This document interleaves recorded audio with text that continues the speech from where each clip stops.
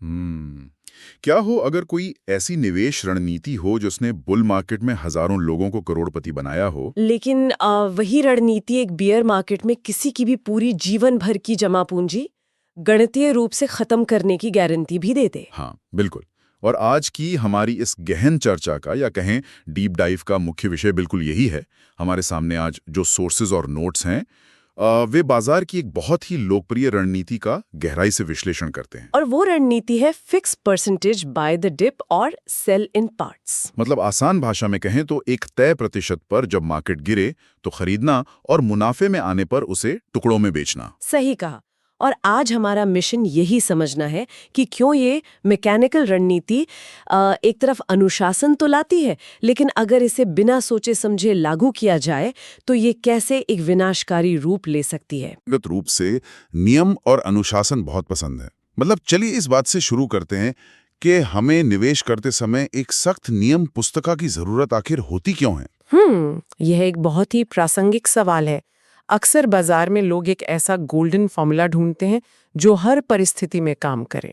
हाँ, जैसे मेरे दिमाग में जो एनालॉजी आ रही है वो एक हवाई जहाज के ऑटो पायलट सिस्टम की है। मतलब जब आसमान साफ हो तब तो कोई भी विमान उड़ा सकता है ना। बिल्कुल। लेकिन जब अचानक तूफानी मौसम आ जाए तो ये ऑटो पायलट ही होता है जो बिना घबराए विमान को सही रास्ते पर रखता है। शेयर बाजार में भी जब अचानक 500 पॉइंट की गिरावट आती है तो हमारे पास पहले से एक सिस्टम होना चाहिए। देखिए, ऑटो पायलट की एनालॉजी सुनने में अच्छी लगती है, लेकिन मैं इससे पूरी तरह सहमत नहीं हूँ। अच्छा, क्यों? क्योंकि एक हवाई जहाज का ऑटो पायलट आपको सुरक्षित जमीन पर उतारने के लिए डिजाइन किया गया है और उसके पास मौसम और इलाके का पूरा रडार होता है। रडार वाली बात तो है। लेकिन ये जो मैकेनिकल इन्वेस्टमेंट रणनीति है ना, ये पूरी तरह से अंधी है। इसे बाजार के टेरेन या जमीन की कोई समझ नहीं होती। अगर सामने कोई पहाड़ है और वो पहाड़ इसके नक्शे में नहीं है तो ये रणनीति पोर्टफोलियो को सीधे उस पहाड़ से टकरा देगी। बाप रे, सीधे पहाड़ से टक्कर। हाँ, हालांकि मैं इस बात से जरूर सहमत हूँ कि ये रणनीति भावनाओं को कंट्रोल करने में बहुत मदद करती है। भावनाओं वाला पहलू ही तो इसकी सबसे बड़ी ताकत है। हाँ। हमारे सोर्सेज में जो नियम दिए गए हैं वे कहते हैं कि जब कोई शेयर 15% गिरे तो थोड़ा और खरीदें, 25% गिरे तो थोड़ा और खरीदें, और जब मुनाफा हो तो 25% या 35% के मुनाफे पर उसे धीरे धीरे स्केल आउट करें। मुझे लगता है कि ये पैनिक सेलिंग और फोमो के दुष्चक्र को तोड़ने का एक बहुत ही शानदार गणितीय तरीका है। ये सच है, जब बाजार में खून खराबा होता है ना, तो मानव मस्तिष्क का स्वाभाविक रिएक्शन होता है घबराहट में बेचना। एमिगडाला हाईजैक के कारण निवेशक रैशनल फैसले नहीं ले पाते। हाँ, वो बस सब कुछ बेचकर भागना चाहते हैं। बिल्कुल। इस फिक्स परसेंटेज रूल का सबसे बड़ा फायदा यही है कि डिसीजन मेकिंग पहले से तय होती है। प्रोफेशनल निवेशक भी मुनाफे को इसी तरह स्केल आउट करते हैं। ये टाइमिंग द मार्केट के भ्रम से आजाद करता है। तो फिर समस्या कहाँ है? समस्या इस रणनीति के निष्पादन में नहीं है, समस्या इसके बुनियादी आधार में है। आप किस बुनियादी आधार की बात कर रही हैं? मतलब अगर कोई शेयर 15% नीचे है तो वो एक डिस्काउंट पर मिल रहा है ना? और यहीं पर सबसे बड़ी तार्किक खामी है। ये रणनीति आंख बंद करके ये मान लेती है कि हर गिरावट एक डिस्काउंट है और कीमत हमेशा रिकवर करेगी ही करेगी। अच्छा, मतलब हम मान रहे हैं कि जो नीचे गया है वो ऊपर आएगा ही। हाँ, और ये सम कॉस्ट ट्रैप का एक क्लासिक उदाहरण है। सोर्सेज स्पष्ट रूप से दिखाते हैं कि रणनीति इस बात में कोई फर्क नहीं करती कि पोर्टफोलियो में एक स्टेबल ब्लू चिप कंपनी है, कोई सट्टा पेनी स्टॉक है या फिर कोई रातों रात पैदा हुआ क्रिप्टो मीम कॉइन। मतलब हम ये मान के चल रहे हैं कि गुरुत्वाकर्षण का नियम शेयर बाजार में भी हमेशा हमेशा काम करता है। मुझे तो ये एक कसिनो में जुआ खेलने वाले उस इंसान की तरह लग रहा है जो लगातार हारने के बाद हर बार अपना दांव दुगना कर देता है। बिल्कुल, ये सोचकर कि अब तो मेरी जीतने की बारी आ ही गई है। वही, इसे शायद मार्टिनगेल रणनीति कहते हैं। मतलब एक डूबते हुए जहाज में हर 15% की गिरावट पर और पैसा लगाना, क्या ये जानबूझकर अपनी पूंजी को डुबोने जैसा नहीं है? ये कसिनो वाली एनालॉजी बिल्कुल सटीक है। और देखिए, जब हम खराब क्वालिटी वाले एसेट्स की बात करते हैं तो गणित बहुत ही क्रूर हो जाता है। क्रूर कैसे? मान लीजिए पोर्टफोलियो में कोई स्मॉल कैप शेयर 90% गिर जाता है। 100 रुपए का शेयर अब 10 रुपए पर आ गया है।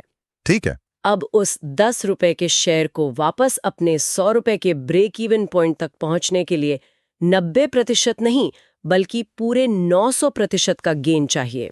अरे बाप रे, 900% का गेन, ये तो लगभग असंभव है। एकदम असंभव। और इस रणनीति के फिक्स्ड नियम के हिसाब से जब वो शेयर 15%, 25% और 50% गिर रहा था, तो आपका एल्गोरिथम लगातार उसे खरीद रहा था। तो नतीजतन एक कचरा शेयर में मेरे पोर्टफोलियो का एक बहुत बड़ा हिस्सा फंस गया। बिल्कुल। एसेट की क्वालिटी के आधार पर रणनीति को बदलना ही पड़ता है। हर गिरती हुई चीज वैल्यू इन्वेस्टिंग नहीं होती। कुछ चीजें सिर्फ वैल्यू ट्रैप होती हैं। तो इसका मतलब है कि हम फिक्स्ड प्रतिशत वाले नंबरों के जाल में बहुत बुरी तरह फंस रहे हैं। हाँ, लेकिन एक और बात जो मेरे दिमाग में आ रही है, क्या शेयर बाजार सच में 10% या 15% के इतने सीधे और स्पष्ट गणितीय कदमों में चलता है? बाजार का व्यवहार इतना नीट कभी नहीं होता। बाजार कभी भी सीढ़ियों की तरह नहीं चलता कि हर कदम बराबर ऊंचाई का होगा। हाँ, कभी छलांग लगाता है तो कभी रेंगता है। सही कहा। सोर्सेज ये स्पष्ट करते हैं कि फिक्स प्रतिशत का ये अड़ियल रवैया बाजार की वास्तविकता से बिल्कुल मेल नहीं खाता। इसके दो बहुत ही खतरनाक पहलू हैं। कौन कौन से? पहला पहलू है मौकों का छूट जाना।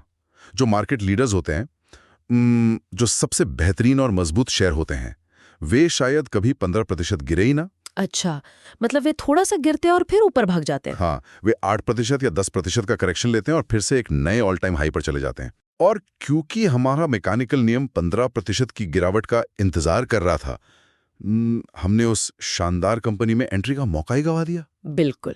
और इसका दूसरा पहलू और भी डरावना है, जिसे ओवर एलोकेशन रिस्क कहते हैं। ओवर एलोकेशन रिस्क मतलब एक ही जगह बहुत ज्यादा पैसा लगा देना। हाँ, कुछ शेयर किसी फ्रॉड या खराब अर्निंग्स रिपोर्ट के कारण रातों रात 40% गैप डाउन हो जाते हैं।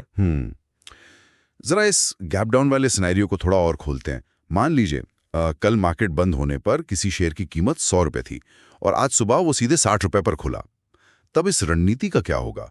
तब ये रणनीति एक तबाही बन जाएगी, क्योंकि शेयर एक झटके में 40% गिर गया है। आपके 15% और 25% गिरावट वाले दोनों बाय ऑर्डर्स एक साथ ट्रिगर हो जाएंगे। अरे हाँ, बिना ये जाने के शेयर इतना क्यों गिरा है, सिस्टम बस उसे खरीद लेगा। और ये उस गिरते हुए चाकू को पकड़ने जैसा है। आप रातों रात अपने पोर्टफोलियो का एक बहुत बड़ा हिस्सा एक ऐसी कंपनी में फंसा देंगे जिसके फंडामेंटल्स शायद हमेशा के लिए बर्बाद हो चुके हैं। मतलब हम अनजाने में अपने सबसे खराब प्रदर्शन करने वाले एसेट को अपने पोर्टफोलियो का सबसे बड़ा हिस्सा बना रहे हैं।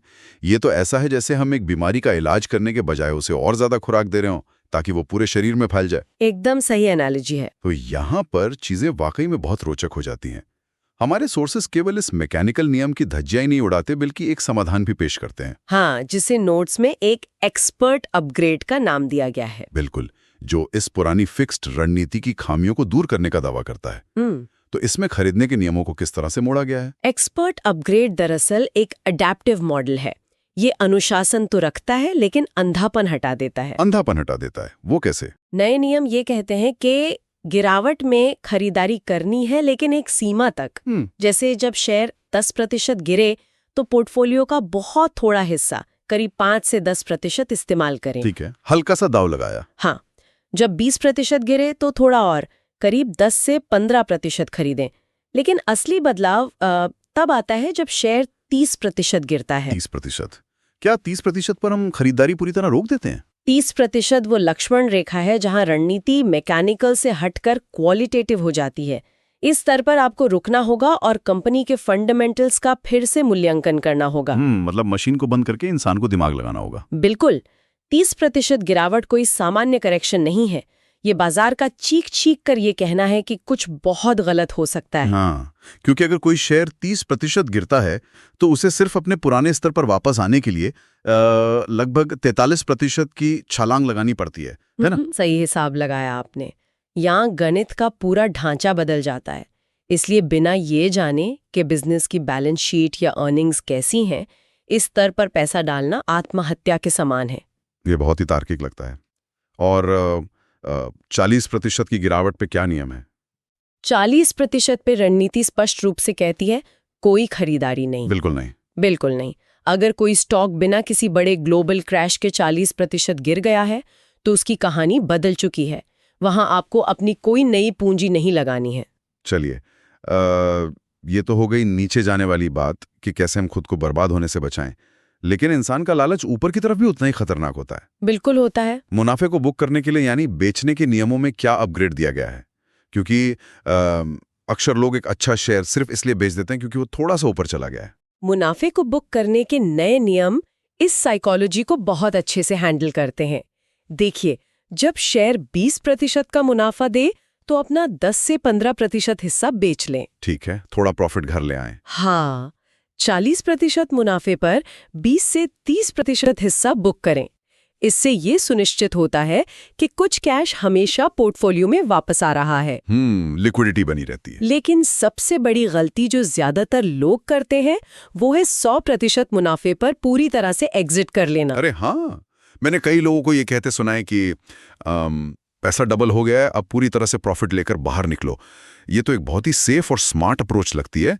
इसमें क्या खराबी है? खराबी ये है कि आप अपने पोर्टफोलियो के मल्टी बैगर्स की बहुत ही कम उम्र में हत्या कर रहे हैं। हत्या कर रहे हैं? हाँ, अगर कोई कंपनी 100% रिटर्न दे रही है तो इसका मतलब है कि उसका बिजनेस कुछ बहुत ही बेहतरीन कर रहा है। उस विनर को पूरी तरह से बेचकर बाहर निकल जाना ऐसा है जैसे आपने बगीचे में से सबसे सुंदर फूलों को ही उखाड़ फेंका हो। अरे बाप रे, ये तो सोचने वाली बात है। एक्सपर्ट अपग्रेड कहता है कि 100% मुनाफे पर आप मेजॉरिटी हिस्सा जैसे कि 60 या 70% बुक कर लें, लेकिन अब बाकी बचे हुए हिस्से को बिना किसी डर के आगे बढ़ने के लिए छोड़ दें। मतलब जो फ्री शेयर्स बच गए हैं उन्हें बस रंग करने दें। बिल्कुल, यही वो हिस्सा है जो आपको भविष्य में 500% या 1000% का रिटर्न दे सकता है। अगर आप एक शानदार कंपनी को सिर्फ इसलिए पूरी तरह बेच देंगे क्योंकि वो दोगुनी हो गई है, तो लंबी अवधि में वेल्थ क्रिएट करने का पूरा मकसद ही खत्म हो जाएगा। ये तो बहुत ही शानदार नजरिया है। मतलब एक शौकिया निवेशक और एक पेशेवर निवेशक में यही असली अंतर है। सही कहा। शौकिया इंसान फिक्स्ड प्रतिशत देखकर खुश हो जाता है, जबकि पेशेवर इंसान देखता है कि बिजनेस का रनवे कितना लंबा है। लेकिन एक ऐसा डर है जो हमेशा दिमाग में रहता है। कैसा डर? देखिए, हमने होशियारी से खरीद लिया और मल्टीबैगर्स को बचाते हुए बेचना भी सीख लिया, लेकिन क्या हो अगर हमारी पूरी रिसर्च, हमारा पूरा का पूरा थीसिस ही गलत साबित हो जाए? ये एक बहुत ही गंभीर और जरूरी सवाल है। अगर जिस कंपनी के फंडामेंटल्स को हम बहुत मजबूत समझ रहे थे उसके अंदर कोई बहुत बड़ा फ्रॉड निकल आए, या कोई नई टेक्नोलॉजी उसके पूरे बिजनेस मॉडल को ही खत्म कर दे। ऐसा मार्केट में अक्सर होता है। और अगर वो शेयर लगातार गिरता ही रहे तो हमें कब अपनी गलती माननी चाहिए? ये हमारी आज की पूरी चर्चा का सबसे अहम हिस्सा है। सोर्सेज में जिस सबसे जरूरी और अक्सर सबसे ज्यादा नजरअंदाज किए जाने वाले नियम की बात की गई है वो है स्टॉप लॉस और कैपिटल का प्रोटेक्शन। स्टॉप लॉस मतलब हार मान लेना। इंसानी ईगो के बहुत खिलाफ होता है। ईगो ही तो वो चीज है जो हमें गलत फैसले पर टिके रहने के लिए मजबूर करती है। हम ये मान ही नहीं पाते कि हमारी इतनी रिसर्च गलत कैसे हो सकती है। और यही ईगो बड़े बड़े पोर्टफोलियो को खा जाता है। इस रणनीति का सबसे कड़ा नियम ये होना चाहिए कि अगर किसी कंपनी के फंडामेंटल्स टूट जाते हैं, मान लीजिए उनका मैनेजमेंट बदल गया या कोई रेगुलेटरी बैन लग गया, कोई बहुत बुरी खबर आ गई, तो वहां रुककर किसी चमत्कार या रिकवरी का इंतजार बिल्कुल नहीं करना है। वहां तुरंत बिना किसी इमोशन के पूरी तरह से एग्जिट करना है। और अगर कोई स्पष्ट न्यूज ना हो, मतलब बस शेयर लगातार गिर रहा हो, रोज नया 52 वीक लो बना रहा हो और बाजार को कुछ ऐसा पता हो जो हमें नहीं पता, मेरा मतलब है जो हमें नहीं पता, तब क्या करें? तो कम से कम अपना एक्सपोजर तुरंत आधा कर देना चाहिए। मतलब रिस्क को कम कर देना चाहिए। बिल्कुल। यह नियम खास तौर पर बियर मार्केट में बहुत काम आता है। बियर मार्केट में अच्छे और बुरे सभी शेयर गिरते हैं, लेकिन जब बुल मार्केट वापस आता है तो अच्छे शेयर्स नए हाई बनाते हैं, जबकि खराब शेयर हमेशा के लिए जमीन में धंस जाते हैं। तो स्टॉप लॉस हमें बचा लेता है। स्टॉप लॉस वो लाइफ जैकेट है जो पोर्टफोलियो को पूरी तरह डूबने से बचाती है।